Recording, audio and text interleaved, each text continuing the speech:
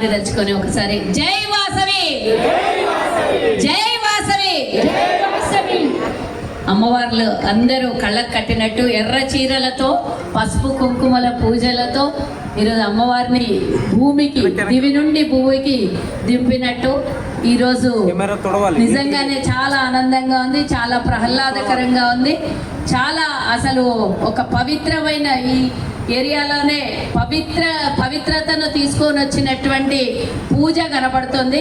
ఈ పూజకి ఈ కార్యక్రమానికి తమ భుజాల మీద వేసుకొని మరి సైలెంట్గా ఉండి గబుక్కున ప్రోగ్రాం పెట్టేటటువంటి జ్యోతి విష్ణు అన్న ఇద్దరు కూడా సంవత్సరానికి 2-3 ప్రోగ్రాంలు మంచిగా చేస్తారు. నవరాత్రులు రాగానే మరి నవరాత్రి ఉత్సవాలు చేస్తారు. అట్లనే మరి అమ్మవార్లు ఏదైనా సరే ప్రతి కార్యక్రమానికి సికింద్రాబాద్లో ముందుండేటటువంటి వాళ్ళు, సికింద్రాబాద్ జోన్లో ముందుండేటటువంటి వాళ్ళు మన వైశ్యుల్లో. మరి జ్యోతి కూడా మహిళా విభాగంలో కానివ్వండి, రాజకీయంగా కానివ్వండి, ఇలా మీతో పాటు పూజల్లో పంచుకోవడానికి కానీ ప్రతి కార్యక్రమంలో ముందుంటుంది. వారికి శుభాభినందనాలు తెలియజేస్తూ చీకోటి ప్రవీణ్ గారు, అలాగే మా బీబీజీ రాజు సోదరుడు, అలాగే వారాహి సిల్క్ సోదరుడు వెళ్ళిపోయినట్టున్నారు. వారికి కూడా అంటే తాతలు ముందుంటేనే ఏ కార్యక్రమం అయినా కూడా సజావుగా సాగుతుంది.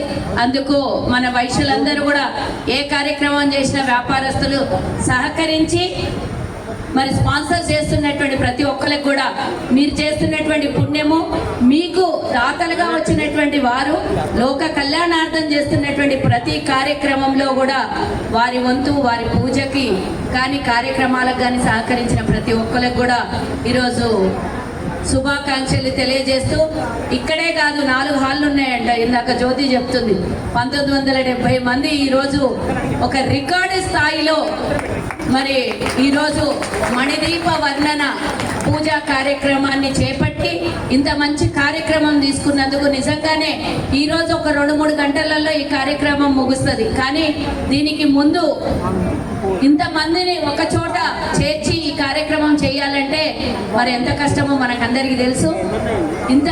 ఇంతమంది మహిళల్ని ఒక్క చోట పూజా కార్యక్రమంలో కూర్చోబెట్టి వారి చేత సుమారుగా ఒక 4-5 గంటలు మణిదీప వర్ణన, ఎన్నిసార్లు మణిదీప వర్ణన చేస్తే అంత మరి అమ్మవారి ధనలక్ష్మి కటాక్షం మన ఇంట్లో చేరుతుంది. ఏ కొత్త గృహాన్ని కట్టినా కూడా, ఏ మంచి కార్యక్రమం చేసినా కూడా మణిదీప వర్ణన చేసుకుంటాం.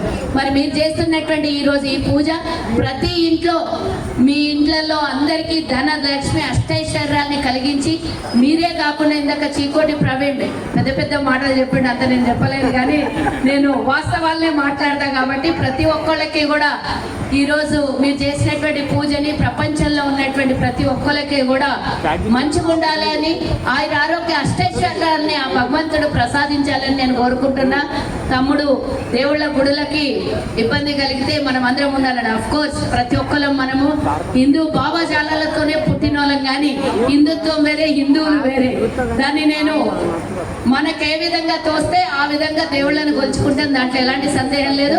తప్పకుండా మనకు కలిగేటటువంటి మన చుట్టుపక్కల ప్రభావం ఏదైనా ఇబ్బంది కలిగితే తప్పకుండా ప్రతిఘటించాలి. అడిగే హక్కు ప్రతి ఒక్కరికి ఉంది. నేను దానికి మీరు చూసుంటారు, ఒకసారి వాసవి మాత దేవాలయాన్ని కూల్చేసినప్పుడు ఆ దేవాలయం ఈరోజు ప్రభుత్వం దగ్గరకు వచ్చి ఆ స్థలాన్ని కూడా కేటాయించినటువంటి విషయం 10 ఏళ్ల క్రితం నేను కొట్లాడినటువంటి విషయం.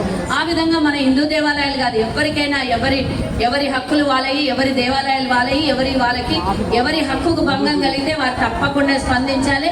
ముఖ్యంగా ఆర్యవైశ్యులు అంటే పొద్దున్నేస్తే పూజలు చేసే వాళ్ళం, మన హక్కులకు ఎవరు భంగం కలిగించినా మనం ఊరుకోము అనేది మనం గుర్తుంచుకుంటాము. మనకు తెలుసు కూడా పూజలు చేస్తున్నటువంటి అమ్మలకు అందరికీ కూడా శ్రావణ మాస శుభాకాంక్షలు తెలియజేస్తూ, మా ప్రభుత్వం గుర్తుంచుకోవాలి. మా చీకోటి ప్రవీణ్ గారు గోశాలల కోసం మా రేవంత్ రెడ్డి గారు ముందుకొచ్చారు. అనేక దేవాలయాల కోసం వందలాది కోట్ల రూపాయలు ఇస్తున్నారు.